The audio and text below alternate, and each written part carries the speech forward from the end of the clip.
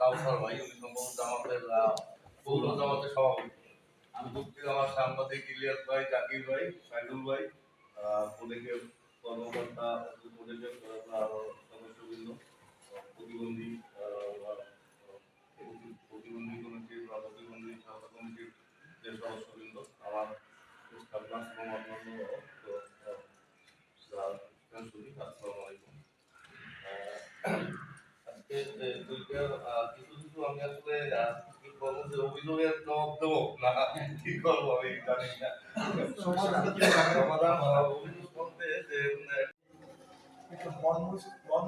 মানুষকে সহযোগিতা করার জন্য তাদের সহযোগিতা নিয়ে ইনশাল্লাহ আমরা এই ফান্ডটা এগিয়ে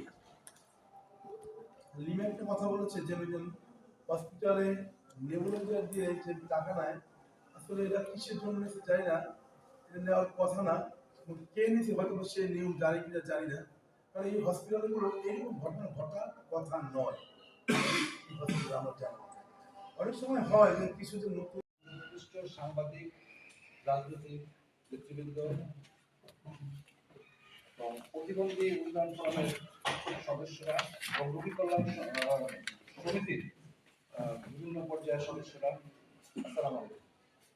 আসলে রোগী কল্যাণ সমিতিটা দীর্ঘ বছর এর কার্যক্রম থাকলেও বাণিজ্যকরা আমার কাছে মনে হয় যে আমি এটা নতুন একটা জায়গা এবং নতুন একটা জায়গা পেয়েছি এবং নামটা আমার কাছে নতুনত্ব মনে হয়। আর কল্যাণ সমিতির কোনো রোগী যদি স্যারের রুমে আসে বা প্রথমে কেন যেন আমার কাছে আসে, যদিও আমি এটার সাথে জড়িত না, এবং আমি টিএসসি সাহেব যিনি উপজেলা স্বাস্থ্য কর্মকর্তার প্রধান রয়েছেন, তার মাধ্যমে আমি নিশ্চিত করতে চাই যে দান অনুদান বা জাকাত, এই যে আপনার জাকাত চোর আসতেছে এখান থেকে আপনারা কিন্তু অনুদান সংগ্রহ করে এই রোগী কল্যাণ সমিতির অ্যাকাউন্টে রেখে গরিব রোগীদের সেবা দিতে পারবেন। সেটা কিন্তু আমরা সবাই জানেন যে এই আসলে এই কমিটিগুলো উপজেলা সমাজসেবা অফিস এবং আমাদের হাসপাতাল। Audio Jungle.